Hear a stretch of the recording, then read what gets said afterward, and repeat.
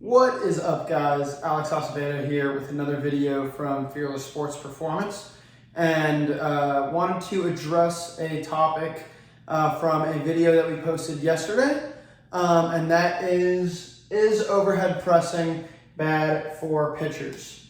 And so the short answer is yes and no. It depends.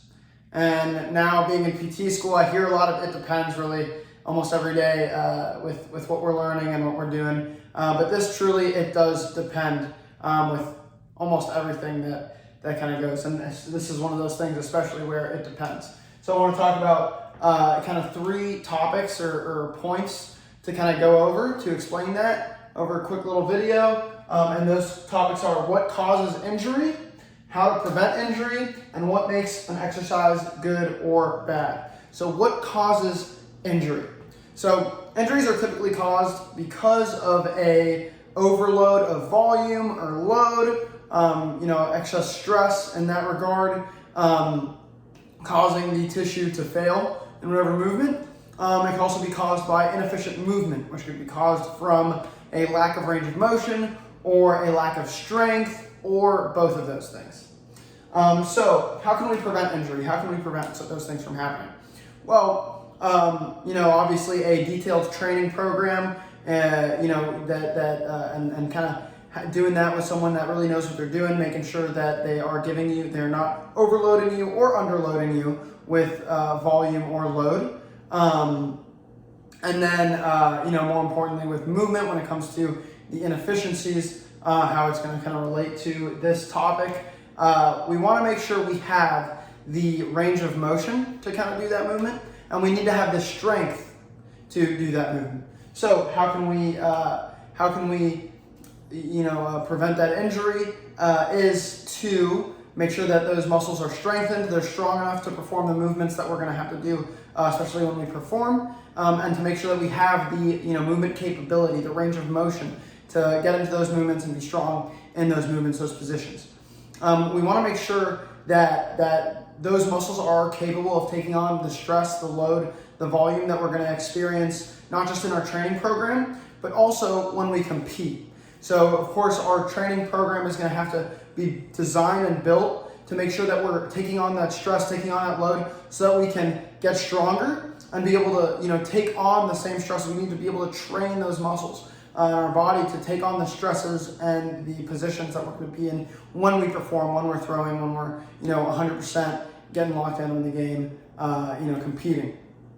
And so to prevent those injuries, again, training program that's going to kind of take all that into account, make sure we're getting that range of motion and getting that strength. So moving on now to what makes an exercise good or bad. So why is overpressing bad? Why is it good? Why does it depend? And in what situations will that make sense? So what makes an exercise good or bad typically is, can the athlete handle it and be successful in it, and are they doing that movement properly? So if an athlete does not have the range of motion to get into a certain position, let's take overhead press for example, if they don't have the shoulder flexion to get completely overhead without being in kind of a disadvantageous position, a position in which we're going to create some shear, some extra stress on that soft tissue, on those ligaments, the rotator cuff, that could cause an injury, excess stress, obviously there's going to be a problem. So we want to make sure that an athlete has that range of motion. That's where our detailed assessment that we do with all of our athletes before we get them started comes into play. We want to make sure that the athletes have all the movements that are necessary for, all the range of motion necessary for whatever training program we're going to put them in. So if we have an athlete that doesn't have that shoulder flexion and isn't able to get into that overhead position adequately, of course, an overhead press is going to be bad for them.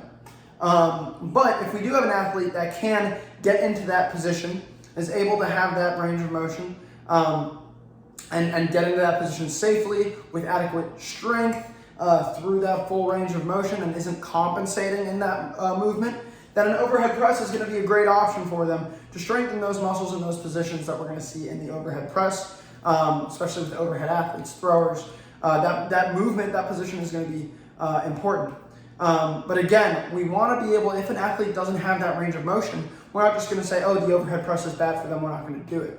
What we're going to do is we're not going to do it right away, but we're going to make sure that we're in that program building up to be able to do it, building up to make sure that we get that range of motion, whatever they're lacking, whatever strength, stability, if it's just that they move improperly, that they have some compensations that may be caused by something else. We want to make sure we address that first. And once we address that and they're able to move efficiently, then we'll be able to throw them into an overhead press. Or this applies to any other movement, any other exercise.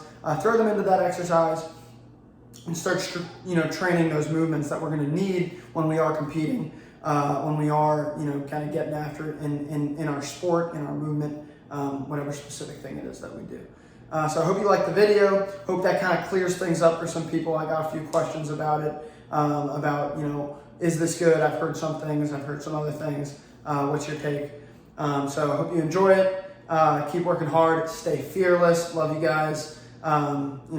Thanks for giving me the opportunity to help you guys out.